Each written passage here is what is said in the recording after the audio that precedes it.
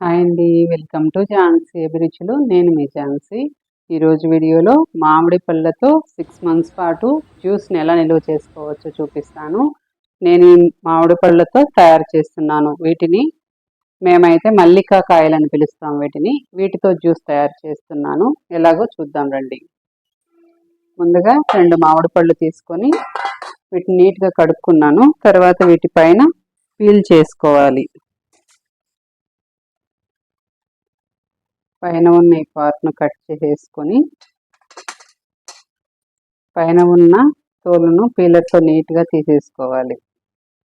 నేనైతే last year కూడా ఇలా జ్యూస్ని తయారు చేశాను. చాలా బాగున్నది. 6 మంత్స్ వరకు మేము వాడుకున్నాము. సేమ్ అదే టేస్ట్తో ఫ్రెష్గా ఉన్నది.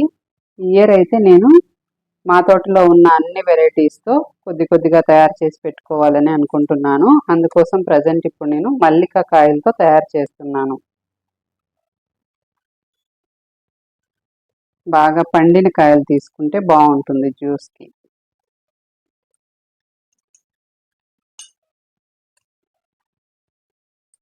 ఈ విధంగా నేను తీసుకున్న 2 మామిడి పళ్ళకు పైన ఉన్న పొట్టును తీసేసాను, తోలును. తర్వాత ఒక మిక్సీ జార్ తీసుకోవాలి.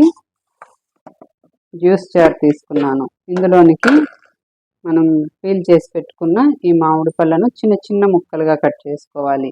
మరి పెద్ద ముక్కలు వేస్తే నలగవు. చిన్న ముక్కలుగా కట్ చేసి వేసుకుంటే మెత్తగా అవుతాయి.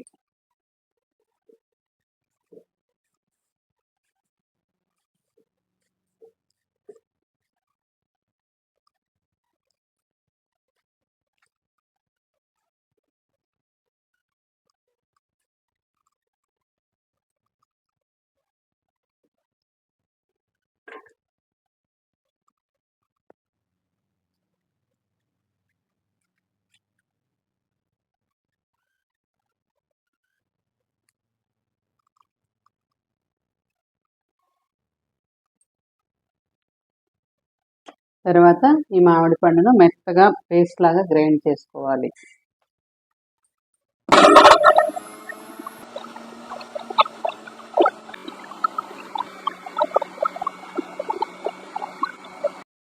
మామిడి పండునంతా ఈ విధంగా మెత్తగా పేస్ట్ లాగా తయారు చేసుకోవాలి.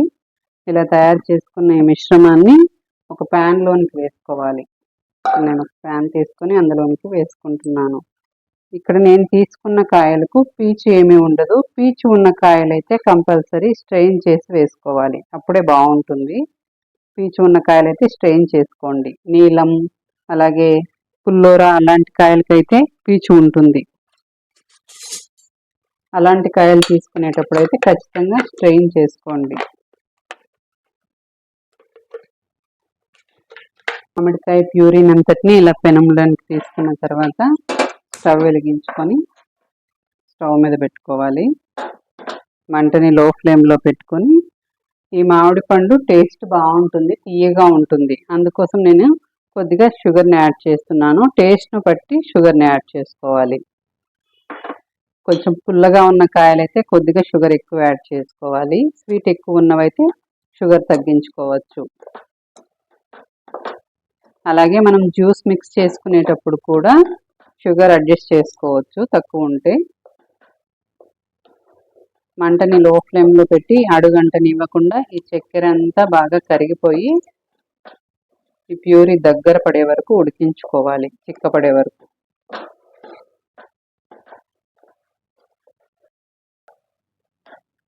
మంటని లో ఫ్లేమ్లో పెట్టుకొని ఇలా బాగా దగ్గర పడే వరకు ఉడికించుకోవాలి, చిక్కపడే వరకు.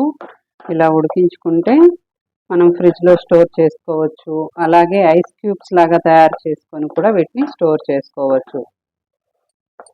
మనకి ఎప్పుడు కావాలంటే అప్పుడు ఒక క్యూబ్ వాటర్లో వేసుకొని మిక్స్ చేసుకోవడమే. చాలా టేస్టీగా ఉంటుంది. మనం బయట కొనే జ్యూసుల కన్నా ఇలా ఇంట్లోనే తయారు చేసుకుంటే హెల్తీగా కూడా ఉంటుంది. ఈ విధంగా బాగా చిక్కబడ్డ తర్వాత స్టవ్ ఆపేసి చల్లారనివ్వాలి. చల్లారిన తర్వాత ఏదైనా గాజు బాటిల్లోకి వేసుకొని ఫ్రీజర్లో స్టోర్ చేసుకుంటే 6 మంత్స్ పైన దీన్ని వాడుకోవచ్చు. కావాలనుకుంటే ఐస్ క్యూబ్స్ లాగా కూడా తయారు చేసుకొని ఫ్రిడ్జ్లో స్టోర్ చేసుకోవచ్చు.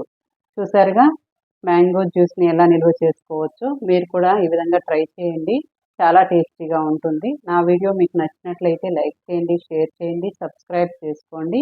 Thanks for watching.